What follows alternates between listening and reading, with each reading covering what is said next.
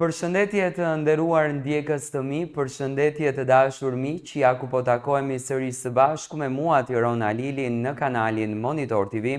për të ndarë me ju ngjarje shumë të bukura, interesante, por edhe qesharake. Do dua pak të ndaloj tek Josefin Marku. Josefin Marku një natë para festës së Bajramit kishte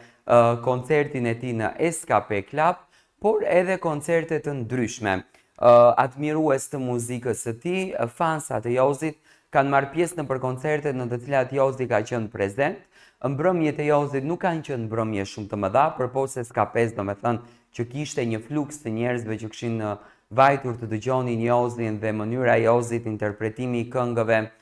ku live dhe ku MP3, domethënë Jozi përdorën dy forma të daljes të tij skenike të këndimit të tij, e kishte bërë Jozin që të jetë më i preferuar dhe më i dashur tek publiku shqiptar. Një video që ka marrë në fakt viralitetin në rrjetet sociale është kjo videoja ku Jozi ka performuar në ndonjë zonë diku afër në ndonjë detësh, sepse vetë restoranti që ka këto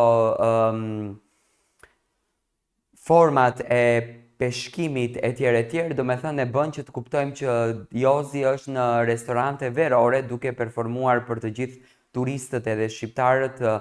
me live-et e tij. Një moment i bukur që është bërë viral nga një Snapchat është ku një vajzë shkrua një fjalë arroje me të mëdhaja dhe ja drejton Jozit. Jozi normalisht fillon qeshën me të madhe, edhe pse ka konfirmuar që është në lidhje me Loredanën, nuk janë të ndarë. Do me thënë Jozi e merr jetën shtruar, qeshet, argëtohet dhe kjo gjëja e bën Jozin që të bëhet sa më shumë viral. Publiku e ngacmoi Jozin me fjalët që i ka thënë Loredana në Big Brother dhe sidomos fjala arroje, që unë jam shumë i bindur që Jozi ndoshta do ta motivon kjo fjala për të sjellur edhe ndonjë projekt apo për të punuar ndonjë këngë së shpejti, është bërë hit dhe është bërë virale në për të gjitha rrjetet sociale. Arroje është një këngë që është një fjalë në fakt që është përdorur në Big nga Loredana, edhe pse Lori nuk e la që të kuptojë që është me Jozin, por unë gjithmonë kam qenë koherent në atë që e kam thënë dhe nuk i kam dramatizuar gjërat.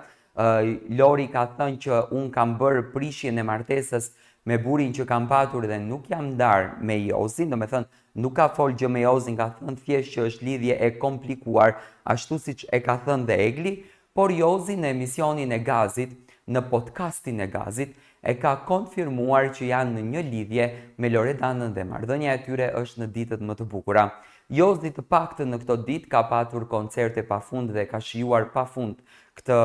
nisëm të bukur të karrierës së tij. Të shohim se si do të vinë gjërat, të shohim se si do të rrjedhin gjërat dhe të shohim se çfarë këngësh do sjellën Josefin Marku.